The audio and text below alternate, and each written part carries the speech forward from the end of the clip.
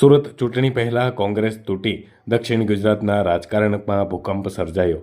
મહિલા મોરચાના 11 સભ્યોએ સાગમટે રાજીનામા આપી દીધા. સુરત શહેર કોંગ્રેસના પ્રમુખ વિપુલ ઉધનાવાલાની મનમાનીથી કોંગ્રેસના કાર્યકર્તાઓ ત્રાહિમામ. તમામ સભ્યોએ ઉલ્લેખ કર્યો કે કોંગ્રેસ શહેર પ્રમુખ વિપુલ ઉધનાવાલાની મહિલા વિરોધી માનસિકતા અને અસભ્ય વર્તનથી તેઓ ત્રાહિમામ થયા છે. એક સાથે 11 મહિલા કાર્યકર્તાઓના પદ પરથી રાજીનામા લઈ અને કોંગ્રેસમાં ભડકો સર્જાયો છે. જી, મારું નામ રઈસા શેખ છે. કોંગ્રેસમાં કેટલી મહિલાઓએ શા માટે રાજીનામું આપ્યું? કોંગ્રેસમાં 11 મહિલાઓએ રાજીનામું આપ્યું છે.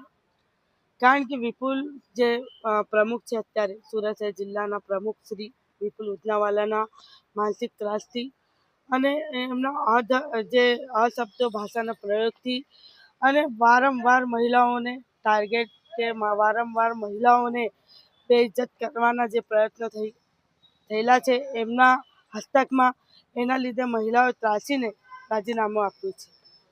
તો શું આના વિશે તમે કઈ જગ્યાએ રજૂઆત થયેલા કરી? મેં ઘણી બધી ઉપર હાઈકમાન્ડમાં પણ રજૂઆત કરી છે, પણ હાઈકમાન્ડ દ્વારા એમને ફોન કરવામાં આવે છે.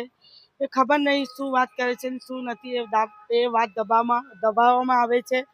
મને એવું લાગી રહેલું છે કે આવા જે આટલું બધું માનસિકતા એમની એટલી ખરાબ હોય મહિલાઓ પ્રતિ, તો આ વિપુલભાઈ ઉધનાવાલાને મેં એક જ વાત કહેવા માગું છું આ માધ્યમથી, આ ચેનલના માધ્યમથી, કે જે માનસિકતા એ ધરાવતા હતા મહિલાઓના વિરુદ્ધમાં અને મહિલાઓને જાણે આપણી પ્રોપર્ટી સમજતા હતા, એ માનસિકતા એમને બદલવી જોઈએ.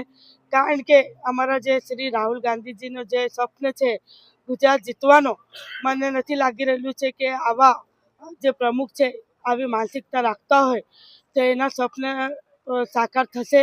કારણ કે એમને સરાસર અમે જે વિડીયો બહાર પાડી છે, એમની જે ધારાસભ્ય બીજેપીના સાથે બેસેલી વિડીયો, જે સંકળાયેલી વિડીયો, જે એમના સાથે ડીલ કરવાની વિડીયો અમે બહાર પાડેલી છે, મને નથી લાગી રહેલું છે કે રાહુલજીને એ સપનું ગુજરાત જીતવાનું પૂરું થશે.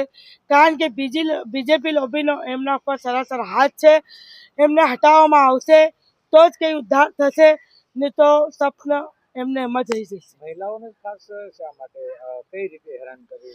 મહિલાઓને જે શબ્દ ભાષાનો પ્રયોગ કરવામાં આવતું હતું વિપુલભાઈ ઉધનાવાલાના દ્વારા, અને જે માનસિકતા ધરાવતા હતા, જાણે એમની પ્રોપર્ટી હોય એમના રીતે એમના જોડે વર્તન કરવામાં આવતું હતું. ઘણી વખત મેં ફરિયાદો કરી છે, પણ કંઈ મારી સાંભળવામાં નથી આવી.